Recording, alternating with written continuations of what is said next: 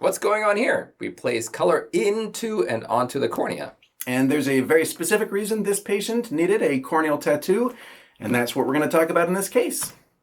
A patient was referred to us for diplopia, double vision, that started after laser iridotomy. Laser iridotomies are done as treatment for narrow angles, meaning where there's a potential for high pressure if the iris is too close to the color part of the cornea.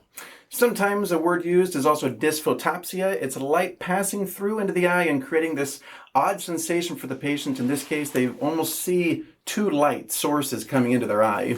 And as you can see up here, this is where you see that little opening in the iris barely visible. And you can also see one of the reasons why this happens. When the lid is on, the tear film will allow you to see it even though the lid covers the iridotomy. And with retroillumination, light passing straight through the pupil, you can see that little bright orange spot at the top. That's light reflecting off of the retina and passing back through towards us. And we can see that that's an open hole in the iris, which was intended with the laser. This was all on purpose. The part that wasn't on purpose was now the patient sees that weird sensation. And the placement of the iridotomies has been debated. Most of us now place them nasal and temporal. Here's a quick test to see if the extra opening in the iris actually is causing problems.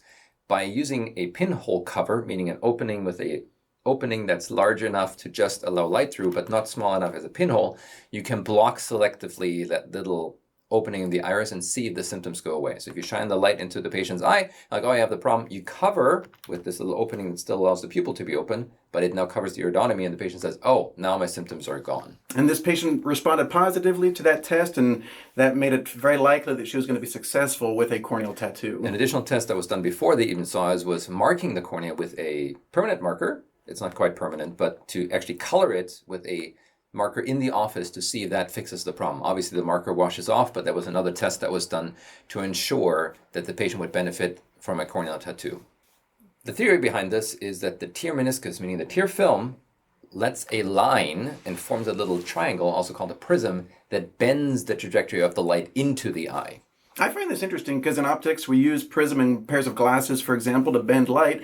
In this case, it naturally happens with the tears on the ocular surface where that light, now you'd think to yourself, well, if that iridotomy was way up high, surely the eyelid would block it. However, in this case, light passes through that tear prism, the meniscus, and it actually bends upwards to where that hole is. And they see that sensation, and the eyelid doesn't actually block it because the light is bending in that direction. And we can see a good example in this video. This patient is a different patient with a hypopion, but you can see how it becomes much more visible through the tear meniscus. The hypopion is that small little white line on the bottom from inflammation here. And you can see it without the tear film and with the tear film how this bends. Almost when you enter an object into water, you can see that it almost appears bent in one particular direction.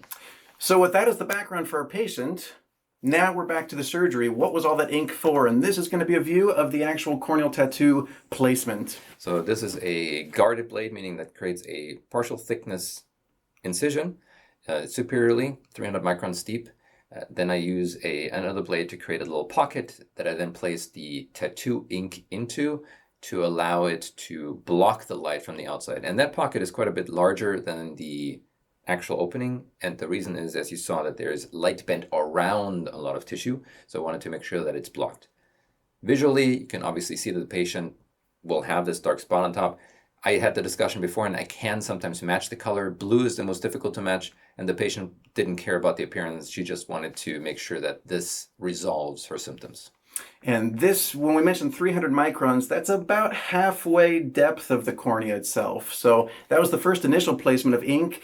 Didn't appear to be quite enough ink, so a little extra revision of that wound, enlarging it and making place for a little more ink to come in a moment. And the ink tends to stay there for years. That particular ink tends to be not irritating to the body at all, not rejected. It can sometimes thin out over time, but reaccessing and placing more ink is relatively straightforward. The most difficult part is making sure that you're in the right spot and right thickness.